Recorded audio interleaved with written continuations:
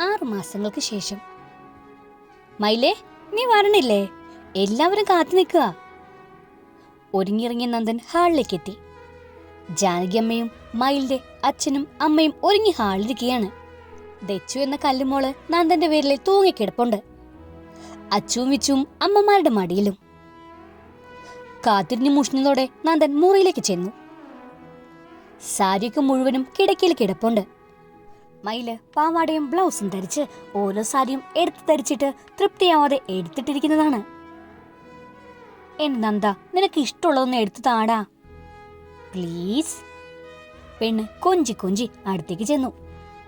എന്റെ പെണ്ണെ, 3 കുട്ടികളായിട്ടും നിന്റെ കൊഞ്ചല് ഇതുവരെ മാറിയില്ലല്ലോ. അത് പിന്നെ സ്നേഹമുള്ള ഭർത്താവ് കൂടെ ഉണ്ടെങ്കില് നന്നായി നോക്കുമ്പോ കുറച്ച് കൊഞ്ചിക്കോട്ടടാ ഞാൻ. അല്ലാതെ കുറച്ച് കുശുമ്പെടുത്ത് കുറെ ആൾക്കാരെ പോലെ ആവരുത്. വിധവയായാൽ ദുഃഖിച്ച് ഓർമ്മകളിൽ മുഴുകി കാലം കഴിക്കണമെന്ന ചിലരുടെ വിചാരം. കുശുമ്പും കുന്നായ്മയുള്ള പെണ്ണുങ്ങള്. മയില് ചെറിയ കാലിപ്പായി. ആരോ ഒന്ന് കൊട്ടിയിട്ടുണ്ടെന്ന് മനസ്സിലായി. അതെങ്ങനെ? കുറെ എണ്ണമുണ്ട്. പെണ്ണിന് ഇഷ്ടം പാടില്ല, ഒന്നിനും മുൻകൈ എടുക്കരുത്, എടുത്ത അവിടെ മോശക്കാരി, പ്രത്യേകിച്ചും പെണ്ണുങ്ങൾക്കാ കുശുമ്പ്. മയില് പറയുന്നത് കാര്യമാണെന്നറിയാം. വിധവയായാൽ സന്തോഷിക്കരുത്. നിറപ്പകിട്ടാർന്ന വസ്ത്രങ്ങളോ വേഷങ്ങളോ ധരിക്കരുത്. എപ്പോഴും കണ്ണീർ വാർത്ത് നടക്കണം. ഭർത്താവ് മരിച്ചാൽ പുനർവിവാഹം കഴിക്കരുത്. അങ്ങനെ കുറെ എണ്ണം. ഈ വിറ്റങ്ങൾ നന്നാവാതെ സമൂഹം നന്നാവില്ലെന്ന് നന്ദനോർത്തു. വ്യക്തികളിൽ തുടങ്ങി കുടുംബങ്ങളിലും സമൂഹത്തിലും മാറ്റം ഉണ്ടാവണം. അത് സ്വന്തം വീട്ടിൽ നിന്നും തുടങ്ങണം. അതങ്ങനെയാ. അയലത്തെ വീട്ടിൽ എന്താ നടക്കുന്നതെന്ന് അറിയാനുള്ള മലയാളികളുടെ കപട സദാചാരം അല്ലാതെന്ത്? ജീവനോടെ സ്നേഹിക്കുന്ന ഭാര്യയെ വഞ്ചിക്കുന്ന ഭർത്താക്കന്മാരും ഭർത്താവിനെ ഉറക്കിക്കെടുത്തി കാമുകനൊപ്പം പുതിയ രതിലീലകളിൽ സമവാക്യം തേടുന്ന ഭാര്യമാരുള്ള നാട് എങ്ങനെ നന്നാവും? എങ്ങനെ രക്ഷപ്പെടും? നന്ദന് വെറുപ്പ് തോന്നി. വെളുക്കെ ചിരിച്ച് കുറച്ച് മാറി നിന്ന് കുറ്റം പുലമ്പുന്നവരാണ് പലരും. നന്നാവൂല വിറ്റങ്ങൾ ഒരിക്കലും നന്നാവൂല. നീ എന്താണ് നന്ദ ആലോചിക്കുന്നത്? ഒന്നുമില്ല പെണ്ണെ, ചിലതൊക്കെ ഓർത്തു പോയതാ. നീ ഓർക്കാതെ വന്ന് സാരി ഉടുപ്പിച്ചേക്കാ. മയില് കൊഞ്ചൽ തുടർന്നു. ഇങ്ങോട്ട് നീങ്ങി നിൽക്ക് പെണ്ണെ. അവളുടെ കയ്യിൽ പിടിച്ച് അലമാരിക്ക് മുമ്പിലേക്ക് നീങ്ങി നിർത്തി സാരിയുടെ ഞെറിവൽ ശരിയാക്കി തുടങ്ങി. മയില് അനങ്ങിക്കൊണ്ടിരുന്നു. ഡീ, മടിക്ക് നിൽക്കടി പെണ്ണെ, 3 പെറ്റില്ലേ? അതിനെന്താടാ, 3 പെറ്റിലും ഞാൻ സുന്ദരിയല്ലേ? നീ എത്ര പെറ്റാലും എങ്ങനെയായിരുന്നാലും എനിക്ക് സുന്ദരിയമ്മയില്ലേ. ഞെറിവ് മടക്കി അകത്തേക്ക് കുത്തിക്കൊണ്ട് നന്ദൻ പറഞ്ഞു. 2 പ്രസവിച്ചിട്ടും പെണ്ണിന്റെ ആലില വയറായിപ്പോഴും. ലേശം തടി വെച്ച് സൗന്ദര്യം കൂടിയിട്ടെന്നല്ലാതെ യാതൊരു മാറ്റവും. എന്താടാ കൊതിയോടെ നോക്കുന്നത്? പൊടി. നന്ദൻ മയിലിനെ ചൂണ്ടി പിടിപ്പിച്ചു. എന്താടാ, ഞാൻ സത്യല്ലേ പറഞ്ഞത്? നീയും ഒട്ടും മോശമല്ല. രാത്രിയില് എന്തൊരാവേശ. അതിനെന്താടാ, ഞാനിപ്പോഴും എന്റെ ഭർത്താവിന്റെ കൂടെയല്ലേ കിടക്കുന്നത്. എനിക്കില്ലേ വികാരങ്ങളും ഇഷ്ടങ്ങളും. സെക്സിൽ എനിക്കത് തുറന്നു പറഞ്ഞുകൂടാ എന്നും പ്രകടിപ്പിക്കരുതെന്നും എവിടെയെല്ലാം എഴുതി വെച്ചിട്ടുണ്ടോ? എന്റെ മയിലെ, ഞാൻ തമാശ പറഞ്ഞതാടി. നന്ദൻ അവസാനം തൊഴുതുപോയി. ഞാൻ നിന്റെ കാര്യമല്ല നന്ദാ പറഞ്ഞത്. 2 മക്കളുണ്ടായിട്ടും ഭർത്താവിനോടൊപ്പം കിടന്നിട്ട് അതിനുശേഷം സെക്സ് പാപമാണെന്ന് പറയുന്ന ഭർത്താക്കന്മാരെ വട്ട് കളിപ്പിക്കുന്ന കുറെ എണ്ണുണ്ട്. അവരൊക്കെയാ സ്മരിച്ചത്. നീ ആരെയും സ്മരിക്കണ്ട, വേഗം വാ. മയിലിന്റെ മുടിയും ചീകിയൊതുക്കിയ ശേഷം നന്ദൻ പറഞ്ഞു. 5 മിനിറ്റ് നന്ദാ. ശരി. അവൻ പുറത്തേക്കിറങ്ങി. 5 നിമിഷം കഴിഞ്ഞതോടെ അണിഞ്ഞൊരുങ്ങിയ മയില് പുറത്തേക്ക് വന്നു. എന്റെ പെണ്ണ് സുന്ദരിയാട്ടോ. പെണ്ണിന്റെ മുഖം അരുണോപമായി തീരുന്നത് കണ്ട് നന്ദന് മനസ്സ് നിറഞ്ഞു. തന്റെ പ്രിയപ്പെട്ടവള് എപ്പോഴും ഹാപ്പി ആയിരിക്കണം. അതാണ് അവന്റെ പോളിസി. കണ്ണുകളിൽ പ്രണയത്തിന്റെ അസ്തമയ ചുവപ്പ് തെളിയിച്ച് നന്ദനെ നോക്കി നിന്നു. സിന്ദൂര ചുവപ്പിന്റെ നാളമേറ്റ് പിന്നെയും മയിലിന്റെ മുഖം ദീപാലങ്കൃതമായി. 2 കൂടി കണ്ണി നോക്കി നിന്ന് പ്രണയിച്ചത് മതി, ബാക്കി വന്നിട്ട്. ജാനകിയമ്മ ഉറക്കി പറഞ്ഞതോടെ നന്ദനും മയിലും ചമ്മിപ്പോയി. അവളുടെ മുഖത്ത് വെപ്രാളം നിഴലിച്ചു. മയിൽ വേഗം പുറത്തേക്കിറങ്ങി. ദച്ചുവിനെയും പിടിച്ച് പിന്നാലെ നന്ദനും. അവർ കാറിൽ കയറിയതോടെ അച്ഛനും അമ്മമാരും കുഞ്ഞുമക്കളുമായി കാറിൽ കയറി. നന്ദൻ കാർ മുന്നോട്ടെടുത്തു. മയിലെ, പറഞ്ഞൊക്കെ ഓർമ്മയുണ്ടല്ലോ? മറന്നിട്ടില്ല നന്ദ, മറക്കാൻ കഴിയില്ലല്ലോ. എല്ലാവരും കൂടി മധുവിന്റെ വീട്ടിലേക്കാണ് യാത്ര. എല്ലാവരും ഒരുമിച്ചെടുത്ത തീരുമാനം. മനു പെണ്ണ് കണ്ട വീട്ടിൽ നിന്നും കുറച്ചാളുകൾ വീട്ടിൽ വന്ന സമയത്താണ് നന്ദനും മയിലും വീട്ടുകാരുമായി വന്നത്. മുറ്റത്ത് വന്നു നിന്ന കാറിൽ ആരാണെന്നറിയാനായി മനുവിന്റെ അമ്മ വാതിക്കലിലേക്ക് തലയിട്ട് നോക്കി. കാറിൽ നിന്നും മയിലിറങ്ങുന്നത് കണ്ട് അമ്പരന്നു. പിന്നാലെ നന്ദനും മയിലിന്റെ അച്ഛനും അമ്മയും കണ്ട് ഞെട്ടിപ്പോയി. ഈ വരവ് വെറുതെ അല്ലെന്ന് അവർക്കൊരു നിമിഷം കൊണ്ട് തോന്നി. കാലിൽ നിന്നും ഇറങ്ങിയ മയിൽ ഒന്ന് വിറച്ചു. മധുവേട്ടനുറങ്ങുന്ന മണ്ണ്, കല്ലുമുൾ കളിച്ചു വളരേണ്ട വീട്, താൻ വിവാഹിതയായി വലത് കാൽ ചവിട്ടി കയറിയ വീട്, എല്ലാത്തിനും ഉപരിയായി അവസാന നിമിഷം അഭിമാനം വ്രണപ്പെട്ട് ഇറങ്ങേണ്ടി വന്നിടം. ഒരു നിമിഷം കണ്ണുകളടച്ചു തുറന്നു. പതിയെ അകത്തേക്ക് നടന്നു. ഇതേ സമയം മനുവിന് രഹസ്യമായി അവന്റെ അമ്മ വിവരം ധരിപ്പിച്ചു. എല്ലാം അറിഞ്ഞുകൊണ്ട് വിവാഹം മുടക്കാനുള്ള വരവാണെന്ന് മനസ്സിലായി. അമ്മയും മകനും അടുക്കളവാതിക്കൽ കൂടി ഓടിയിറങ്ങി അവർക്ക് മുന്നിൽ ചെന്നു നിന്നു. താഴാവുന്നതിന്റെ അധികവും താണു വീണു അവർ യാചിച്ചു. എന്റെ വിവാഹം ഉറപ്പിക്കുക, എന്തായാലും പിന്നീട് പറഞ്ഞു തീർക്കാം, ദയവായി ഇപ്പൊ പോണം. മനുവിന്റെ സ്വരം താണിരുന്നു. ദയനീയതയോടെ അമ്മയും മകനും അവളെ നോക്കി. മയിലിന്റെ മുഖം ഗൗരവത്തിലായിരുന്നു. പതിയെ അവളുടെ ചുണ്ടിൽ ചിരിയുണ്ടായി. തങ്ങളെ പരിഹസിച്ചതാണെന്ന് മനസ്സിലാവാതെ പിന്നെയും അപേക്ഷിച്ചുകൊണ്ടിരുന്നു, ലവലേശം ഉളുപ്പില്ലാതെ. വീട്ടിലേക്ക് വന്നവരെ അകത്തേക്ക് ക്ഷണിക്കുന്നില്ല അമ്മേ, ഇവിടെ ഇങ്ങനെ നിർത്തിയ നാണക്കേടല്ലേ? ശാന്തമായിരുന്നു മയിലിന്റെ സംസാരം. പക്ഷേ അതിൽ ഒളിച്ചിരിക്കുന്ന അശാന്തത ഭയാനകമായ കൊടുങ്കാറ്റിന്റെ മുന്നറിയിപ്പാണെന്ന് അമ്മയ്ക്കും മകനും മനസ്സിലായില്ല. എന്താമ്മേ പറഞ്ഞത് കേട്ടില്ലേ? മധുവേട്ടൻ മരിച്ചെങ്കിലും കല്ലുമോള ഏട്ടന്റെ മകളല്ലേ, അവക്ക് കൂടി അവകാശപ്പെട്ട വീടല്ലേ ഇത്? അപ്പോഴും മയിൽ പുഞ്ചിരി തൂകിയതേ ഉള്ളൂ. എന്നാൽ മനുവിനും അമ്മയ്ക്കും ചിത്രങ്ങൾ കൂടുതൽ വ്യക്തമായി. ആ തിരിച്ചുവരവ് അവരെ ഒരുപോലെ ഞെട്ടിച്ചു. ദയനീയമായ മിഴികൾ ഉയർത്തി അമ്മയും മകനും അവരെ നോക്കി. ചുറ്റും കണ്ണോടിച്ചു. അയൽപക്കത്ത് പലയിടങ്ങളിലും തലകൾ ഉയർന്ന് ഇങ്ങോട്ടേക്ക് നോക്കി നിൽക്കുന്നത് കണ്ടതും ഉള്ളിൽ കിടുങ്ങിപ്പോയി. മയുകയും കല്ലുമോളയും പാടെ മറന്നിരുന്നവരെ. സ്വത്തുക്കൾ മുഴുവൻ തനിക്ക് മാത്രമാണെന്ന് മനു സ്വപ്നം കണ്ടിരുന്നു. ഏട്ടന്റെ ഭാര്യയും മകളും അവരെ വിസ്മരിച്ചു കളഞ്ഞു. മോളെ മയുകെ, ഞങ്ങളോട് ക്ഷമിക്കണം, ഒരുപാട് തെറ്റുകൾ ചെയ്തു പോയെന്നറിയാം. ഇന്നെന്റെ മോന്റെ വിവാഹ ചടങ്ങ് മുടക്കരുത്. ക്ഷമിക്കാൻ ഞാൻ ദൈവമൊന്നും അല്ലമ്മേ, സാധാരണ ഒരു സ്ത്രീയാണ്. ഒരു നിമിഷം മൗനമായി നിന്നിട്ട് മയിൽ തുടർന്നു.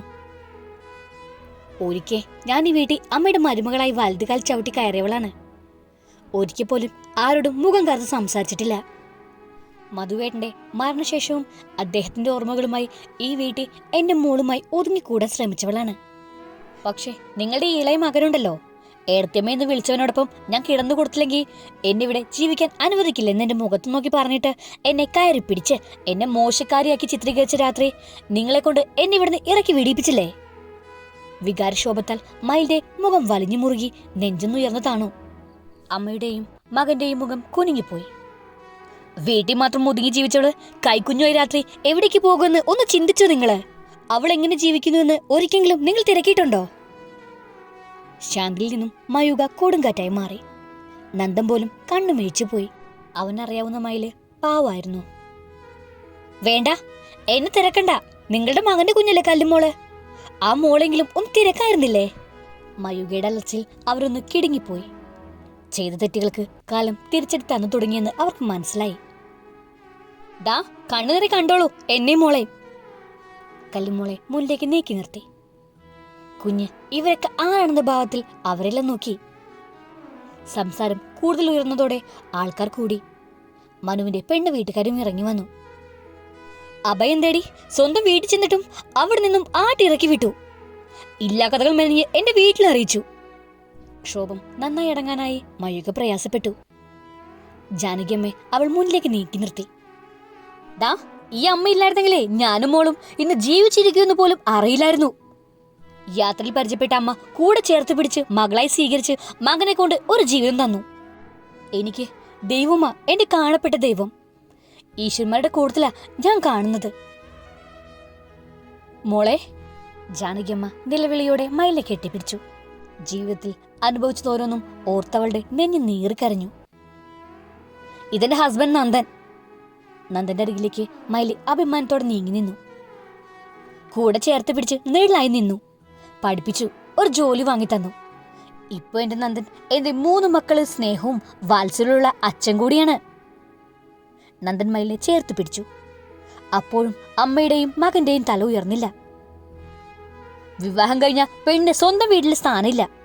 ഭർത്താവ് മരിച്ച ആ വീട്ടിലും. വിധവയായ പിന്നെ അവക്ക് രക്ഷയില്ല. ആണുങ്ങളുടെ ചൂടേറ്റാലേ അവക്ക് ഉറങ്ങുമെന്ന് കരുതുന്ന ചിലരും അല്ലേടാ. നന്ദനിൽ നിന്നും അടർന്ന് മയിലും മനുവിന്റെ അരികിലെത്തി. സർട്ടിഫിക്കറ്റ് എടുക്കാൻ വന്നപ്പോ നീ എന്താടാ പറഞ്ഞത്? ഞാൻ പുതിയ ആണുങ്ങളെ ഒപ്പിച്ച് നടക്കുവാണെന്നല്ലേ?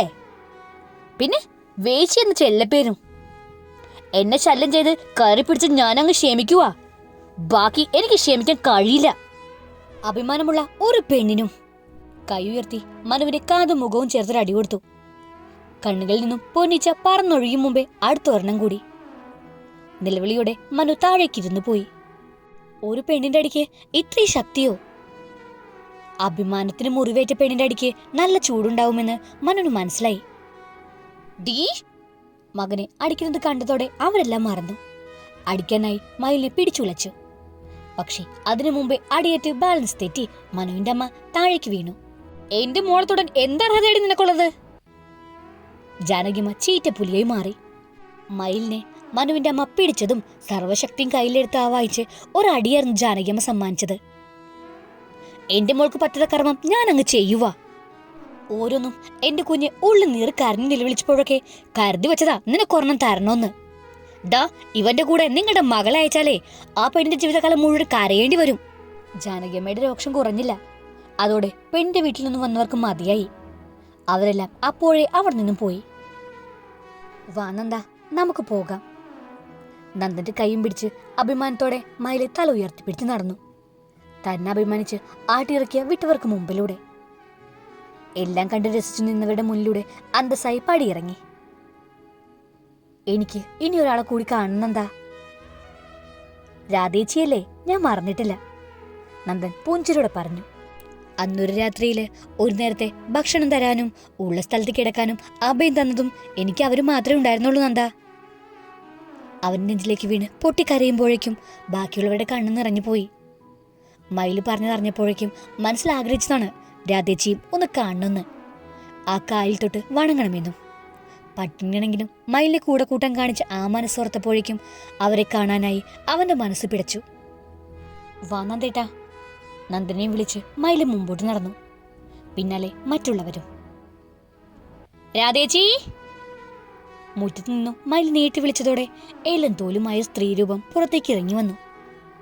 അവളുടെ ഉള്ളിൽ സങ്കടം തികട്ടി വന്നു. രാധേച്ചി! നിലവിളിയോടെ ഓടിച്ചെന്ന് അവരെ കെട്ടിപ്പിടിച്ച് ഉറക്കെ കരഞ്ഞു. മയൂകമോൾ! അവരുടെ കണ്ണുകൾ നിറഞ്ഞതിനോടൊപ്പം ഇടറി സ്വരത്തോടെ വിളിച്ചു. അതേ രാധേച്ചി, പഴയ മയൂക തന്നെ. എവിടെ മക്കള്? അങ്ങനെ ചോദിക്കും മുമ്പേ 2 പെൺകുട്ടികൾ വേലിയിലേക്ക് ഇറങ്ങി വന്നു. ഏകദേശം 20ഉം 18ഉം വയസ്സും കാണും. മുഷിഞ്ഞു നാറിയ കീറിയ വസ്ത്രങ്ങൾ ധരിച്ച് അവരെ കണ്ടതും എല്ലാവരുടെയും കണ്ണുകൾ നിറഞ്ഞു. മോള് സുഖായിരിക്കുന്നോടി? അപ്പോഴും മയിലിന്റെ വിശേഷങ്ങൾ അറിയാനായി തിടുക്കം. അവൾ ചുരുക്കിയെല്ലാം വിവരിച്ചു. അവരുടെ കണ്ണുകൾ തിളങ്ങി. നീ നന്മയുള്ള കുട്ടിയാ, ഇനിയും നല്ലത് വരൂ. നെറുകയിൽ കൈകൾ വെച്ച് അവൾ അനുഗ്രഹിച്ചതും സന്തോഷത്തോടെ ഏറ്റുവാങ്ങി. കല്ലുവിനെയും അച്ചുവിനെയും വിച്ചുവിനെയും കണ്ട് അവർ സംതൃപ്തരായി. വീടൊന്നും ശരിയായില്ലേ രാധേച്ചി? അവരുടെ കണ്ണുകളിൽ നിസ്സഹായത തിളങ്ങി. ഒന്നും ശരിയായില്ല കുഞ്ഞെ, ഇപ്പോ പണിയൊന്നുമില്ല കുഞ്ഞെ. ആകെ അവശതയുമായി. മക്കളുടെ പഠിപ്പ് മുടങ്ങി. 2 പേരും പഠിക്കാൻ മിടുക്കരാണ്. കഴിയുന്നത്രയും പഠിപ്പിച്ചു. ഇപ്പോ കഞ്ഞിക്ക് മാർഗം കൂടിയില്ല. സാരില്ല ചേച്ചി, എല്ലാം ശരിയാവും. ഈശ്വരൻ ഒരാൾ മുകളിലില്ലേ? പുഞ്ചിരോട് പറഞ്ഞിട്ട് മയിൽ പെൺകുട്ടികളോട് വിശേഷം തിരക്കി. അവരുടെ മയൂക ചേച്ചി രക്ഷപ്പെട്ടെന്നറിഞ്ഞതും അവർക്ക് സന്തോഷമായി. നന്ദ, ഇതാടെ രാധേച്ചി. നന്ദൻ കുറച്ച് മുമ്പോട്ട് നീങ്ങി. സുമുഖനായ ചെറുപ്പക്കാരൻ. രാധേച്ചി സന്തോഷത്തോടെ നോക്കി. ഒരിക്കൽ ഒന്ന് കാണണമെന്ന് ആഗ്രഹിച്ചതാ, എന്റെ മയില് പറഞ്ഞപ്പോ. നന്ദൻ അവരുടെ പാദങ്ങൾ തൊട്ട് കൈ നെറുകയിൽ വെച്ചു. രാത്രിയിൽ ഉപേക്ഷിച്ച് കളയാതെ കൂടെ ചേർത്ത് പിടിച്ചില്ലേ? നന്ദി വാക്കുകളിൽ തീരില്ലേച്ചി. ഞാനും 2 കുട്ടികളുടെ അമ്മയാ മോനെ. ആ വാക്കുകൾ എല്ലാം ഉണ്ടായിരുന്നു. ജാനകിയമ്മയും മയിലും അച്ഛനും അമ്മയും അവരോട് സംസാരിച്ചു. നമുക്ക് രാധേച്ചിയുടെ വീട്ടിൽ നിന്നും ഊണ് കഴിച്ചു മടങ്ങാം. മയിൽ ചിരിയോടെ പറഞ്ഞതും രാധയും മക്കളും ഞെട്ടി. ഒരു പിടി അരി പോലും ബാക്കിയില്ല. രാത്രി മുഴുവനും പട്ടിണിയാണ്. അവരുടെ കണ്ണുകൾ നിറഞ്ഞൊഴുകി. നന്ദാ! മയിലിന്റെ വിളിയുടെ അർത്ഥം മനസ്സിലായതോടെ നന്ദൻ കാലിൽ കയറിപ്പോയി. 1 മണിക്കൂർ കഴിഞ്ഞാണ് തിരികെ എത്തിയത്. മടങ്ങി വരുമ്പോൾ ദം ചെയ്ത ബിരിയാണി പാക്കറ്റുകളും ടെക്സ്റ്റൈൽ ഷോറൂമിൽ നിന്നും വാങ്ങിയ വസ്ത്രങ്ങളും ഉണ്ടായിരുന്നു. വസ്ത്രങ്ങൾ രാധേച്ചിക്കും മക്കൾക്കും കൊടുക്കുമ്പോൾ അവർ കരഞ്ഞുപോയി. കരയാൻ സമയം തരാം, വാ നമുക്ക് ആഹാരം കഴിക്കാം. മുറ്റത്ത് വട്ടം കൂടിയിരുന്ന് നിറക്കണ്ണുകളുമായി സന്തോഷത്തോടെ ഒരുമിച്ചിരുന്ന് എല്ലാവരും ഭക്ഷണം കഴിച്ചു. രാധേച്ചിയും മക്കളും ഇനി ഒരുങ്ങി വാ. കാര്യം എന്താണെന്ന് മനസ്സിലായില്ലെങ്കിലും വേഷം മാറി അവർ വന്നു. രാധേച്ചിക്കും മക്കൾക്കും താമസിക്കാനായി കെട്ടുറപ്പുള്ള ഒരു വീട് വേണം. ഞങ്ങളുടെ വീടിന്റെ അടുത്തായി 5 സെന്റ് സ്ഥലവും വാങ്ങി ചെറിയൊരു വീട് കഴിപ്പിച്ചിട്ടുണ്ട്. രാധേച്ചി കൂടി വന്നിട്ട് വേണം ചേച്ചിയുടെ പേരിലേക്ക് രജിസ്റ്റർ ചെയ്യാൻ. കേട്ടത് വിശ്വസിക്കാൻ കഴിഞ്ഞില്ല അവർക്ക്. പതിയെ പതിയെ കണ്ണുകൾ നിറഞ്ഞു വന്നു. കൈകൾ കൂപ്പി കാൽ കീഴിലേക്ക് വീണവരെ നന്ദൻ എടുത്തുയർത്തി. എന്റെ മയിലിനോട് സ്നേഹമായി പെരുമാറിയ രാധേച്ചിക്കായി ഇത്രയെങ്കിലും ചെയ്തില്ലെങ്കിൽ പിന്നെ ഞങ്ങൾക്ക് എന്തു സന്തോഷ അല്ലേടി മയിലേ? അതേ നൃത്തത്തിൽ മയിൽ തലയാട്ടി. രാധേച്ചി വേറൊന്നും ചിന്തിക്കണ്ട. പ്രതിഫലമായോ കടപ്പാടായോ ഒന്നുമല്ല. 2 പെൺകുട്ടികളെ നന്നായി പഠിപ്പിക്കുക. അവരുടെ പഠനം നന്ദൻ ജോലി ചെയ്യുന്ന കോളേജിൽ അഡ്മിഷൻ ലഭിക്കും. വരുമാന മാർഗമായി ചെറിയ കടയോ വീടിനോട് ചേർന്നുണ്ടാക്കാം. രാധേച്ചിക്ക് വാക്കുകൾ കിട്ടുന്നില്ല. എന്തു പറയണമെന്നും അറിയില്ല. സന്തോഷത്താൽ കണ്ണുകൾ തൂവുകയാണ്. ചെന്ന് സർട്ടിഫിക്കറ്റുകളും ആവശ്യമുള്ളതൊക്കെ എടുത്തോളൂ. ബാക്കിയെല്ലാം അവിടെയുണ്ട്. പെൺകുട്ടികൾ അകത്തേക്ക് കയറി അവർക്ക് ആവശ്യമുള്ളതെല്ലാം എടുത്തുകൊണ്ടുവന്നു. അപ്പോഴേക്കും നന്ദൻ ഏർപ്പാടാക്കിയ കാറെത്തി. വൈകുന്നേരത്തിന് മുമ്പായി 2 കാറുകളിലായി അവർ മടങ്ങിയെത്തി. വീട്ടിൽ നിന്നും അകലെയല്ലാതെ കുറച്ചു മാറി 3 മുറികളുള്ള ഒരു കുഞ്ഞു വീട്. 1 നില കെട്ടിടം. വീടിനോട് ചേർന്ന് തന്നെ ഒരു അറ്റാച്ച്ഡ് ബാത്റൂമും എല്ലാ സൗകര്യങ്ങളുമുള്ള ഒരു കുഞ്ഞു വീട്. സമയവും കാലം ഒന്നും നോക്കണ്ട രാധേച്ചി, പാല് കച്ചിക്കോളൂ. രാധേച്ചിയും മക്കളും കൂടി അകത്തേക്ക് കയറി. അടുക്കളയിൽ പാല് തിളച്ചു തൂവി. ആ പാലിൽ ചായയിട്ട് എല്ലാവർക്കും നൽകി. അത് കുടിച്ച ശേഷം യാത്ര പറഞ്ഞിറങ്ങി. എന്താവശ്യമുണ്ടായാലും എപ്പോ വേണമെങ്കിലും ഓടി വരാൻ മടിക്കരുത്. അനിയനായി കരുതിക്കോളൂ. നന്ദന്റെ വാക്കുകൾ അവരുടെ മനസ്സിലേക്ക് ജീവിതത്തിന്റെ പകുതി പ്രതീക്ഷകൾ തീർത്തു. ഈ കാലത്തും മനസ്സിൽ നന്മയുള്ള ഹൃദയമുള്ളവരും ഉണ്ടെന്ന് മനസ്സിലായി. രാത്രിയിൽ നന്ദനെ വരിഞ്ഞു മുറുക്കി അവനോടൊട്ടി മയില് കിടന്നു. നന്ദൻ പ്രണയത്തോടെ പ്രിയതമയുടെ നെറ്റി ചുംബിച്ചു. ഇപ്പോ സന്തോഷായില്ലേ പെണ്ണേ? സത്യം നന്ദ, രാധേച്ചിക്കായി ഒന്നും ചെയ്യാൻ കഴിഞ്ഞില്ലെന്നോർത്ത് സങ്കടായിരുന്നു. എന്റെ മനസ്സറിഞ്ഞതുപോലെ നീ പറഞ്ഞത് വീട് വെച്ച് കൊടുക്കുമെന്ന്. ഭാര്യയുടെ മനസ്സ് മനസ്സിലാക്കുന്ന ഒരു ഭർത്താവിന് ലഭിച്ച ഞാൻ സംതൃപ്തയാണ് നന്ദ. അവനോടുള്ള നന്ദി സൂചകമായി ചുണ്ടിൽ അമർത്തി മുത്തി. ഇനിയൊന്നും ബാക്കിയില്ലല്ലോ പെണ്ണേ? ഇല്ലടാ, എല്ലാം കഴിഞ്ഞു. പൂർണ്ണ മനസ്സോടെ അവനെ കെട്ടിപ്പിടിച്ച് അവൾ കണ്ണുകൾ അടച്ചു. അപ്പോ മയിലിന്റെ മനസ്സിൽ തെളിഞ്ഞത് മറ്റൊരു മുഖമായിരുന്നു. അവനെ പ്രണയിച്ച് മറ്റൊരു വിവാഹം കഴിച്ചു പോയവളുടെ ഭർത്താവ് ചോരയും നീരും മൂറ്റി കാർവേപ്പിലെ പോലെ വലിച്ചെറിഞ്ഞവളോട് എന്ത് പ്രതികാരം ചെയ്യാനാണെന്ന് വേദനയോടെ അവൾ ഓർത്തു. അവളുടെ അവസ്ഥ നിസ്സഹായതയാണെന്ന് തനിക്ക് മനസ്സിലാകും. താനും ഒരു പെണ്ണാണ്, അമ്മയാണ്, ഭാര്യയാണ്, കൂടെപ്പിറപ്പാണ്, സുഹൃത്താണ്, മകളാണ്. ഈ സ്റ്റോറിക്ക് ഇന്നൊരു തുടർച്ചയില്ല. നിങ്ങളുടെ അഭിപ്രായവും നിർദ്ദേശവും പ്രതീക്ഷിച്ചുകൊണ്ട് ഞാനിവിടെ നിർത്തുന്നു. പുതിയൊരു കഥയായി വീണ്ടും നമുക്ക് കാണാം. Thank you.